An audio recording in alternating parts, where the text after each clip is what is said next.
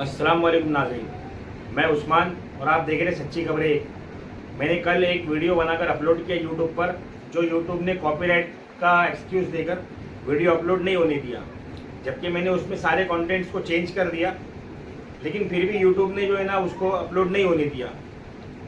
शायद यूट्यूब भी जो है ना मोदी सरकार के आगे बेबस है, और अब यूट्यूब पर भी वही होगा जो मोदी सरकार चाहेगी। खैर, मेरा कल बताने का असल मकसद ये था कि पुष्पमित्र शुंग नाम के एक आतंकवादी ने, एक उग्रवादी ने, एक देशद्रोही ने, जिसको मिस्र से भगाया गया था और उसने हिंदुस्तान में शरण लिया था, और हिंदुस्तान के असल मूल निवासियों के साथ में उसने क्या किया ये बताना मकसद था कि उसने हिंदुस्तान में से उसने जो है ना सबसे ज़्यादा जो तकलीफ़ पहुंचाया वो उसने तालीम को, इल्म को तकलीफ़ पहुंचाया, और उसने लोगों को जो है ना आपस में एक साथ रहने से अलग कर दिया कि आप लोग एक साथ मत रहो, आप शूद्र हो, आप चमार हो, आप ये हो, आप वो हो। वही राजनीति पर आज चल रही है हमारी सरकार, जिसका नाम बीजेपी है, भारतीय जनता पार्टी, या मैं बोलूँ भड़काऊ झगड़े लगाओ पार्टी। ये अल्फाज सही रहेगा उनके लिए। भड़काऊ झगड़े लगाओ पार्टी ने ये काम जो है ना पुष्पमित्र शुंग के नहज पर किया है।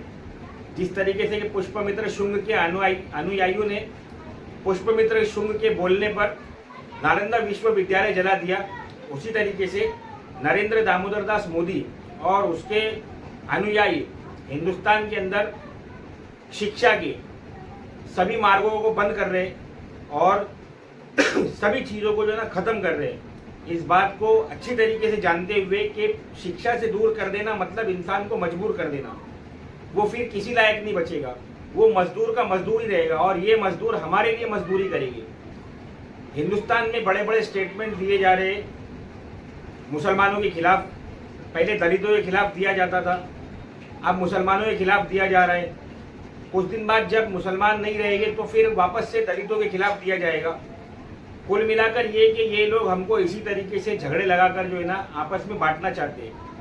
देखिए, एक न्यूज़ होती है, एक न्यूज़ का सेंस होता है। मैं आप तक न्यूज़ के सेंस को ला रहा हूँ, मैं आप तक न्यूज़ बनाकर नहीं ला रहा हूँ। मैं आपसे इसलिए नहीं बोल रहा हूँ मेरे चैनल को सब्सक्राइब करो कि मेरे व्यूअर्स बढ़ेंगे, मेरे सब्सक्राइबर्स बढ़ेंगे। मैं आपको इसलिए बता रहा हूँ कि आप मेरे चैनल को सब्सक्राइब कीजिए, क्योंकि आप तक के सेंस ऑफ न्यूज़ पहुँचेगा।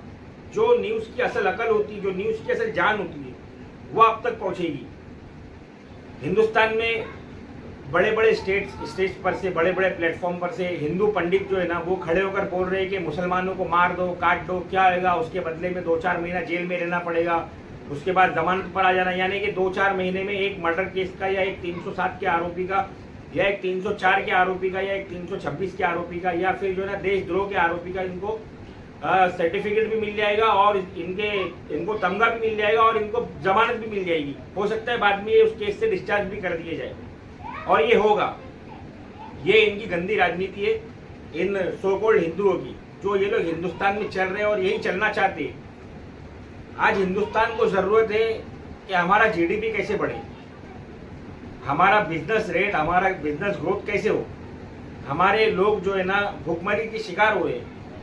आए दिन ना कहीं से खुदकुशी के मामले सुनने आते हैं कि ना बेटी की शादी की वजह से खुदकुशी कर लिया किसान ने, या किसान ने किसी कर्जे की वजह से खुदकुशी कर लिया, या बैंक के लोन की वजह से खुदकुशी कर लिया, या किसी और तकलीफ की वजह से खुदकुशी कर लिया।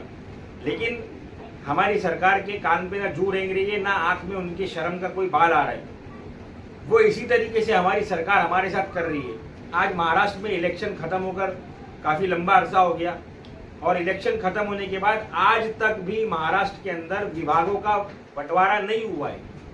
आज तक भी ये सो कॉल्ड हिंदू इस बात का फैसला नहीं कर सके कि कौन सा विभाग कौन संभालेगा, क्योंकि ये सबको विभागों से मतलब नहीं है। इन सबको विभागों से आने वाली इनकम से मतलब है।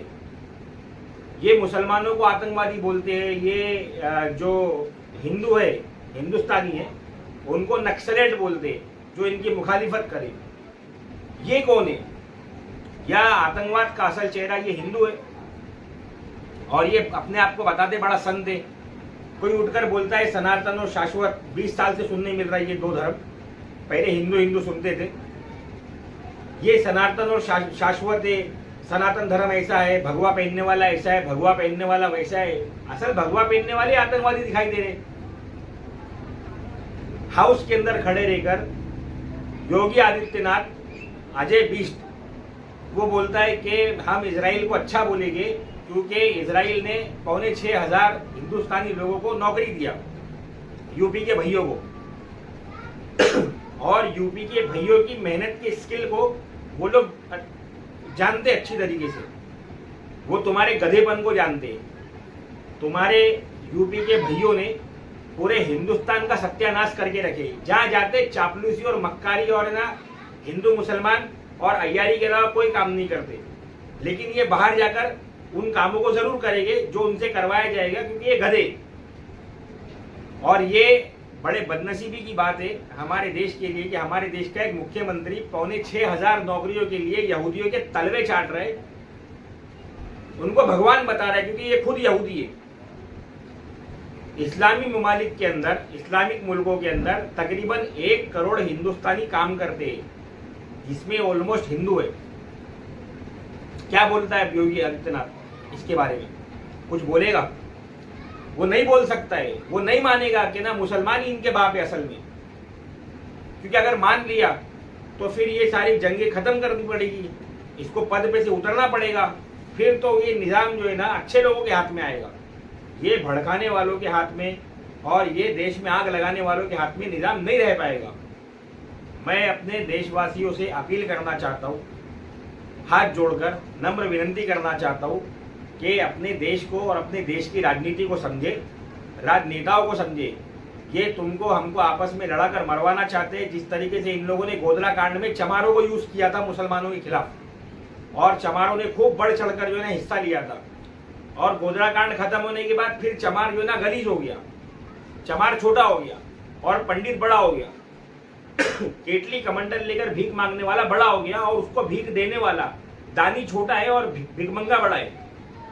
इसी तरीके से आज हिंदुस्तान में ये जो है ना हिंदू एकता हिंदू एकता हिंदू एकता बोल रहे, तो ठीक है, इन हिंदुओं को एक हो जाने दो जो सो कॉल्ड हिंदू है। मेरी दलितों से, आदिवासियों से, शूद्रों से, चमारों से और छोटी जात के तमाम हिंदुस्तानियों से अपील है कि वो जो है ना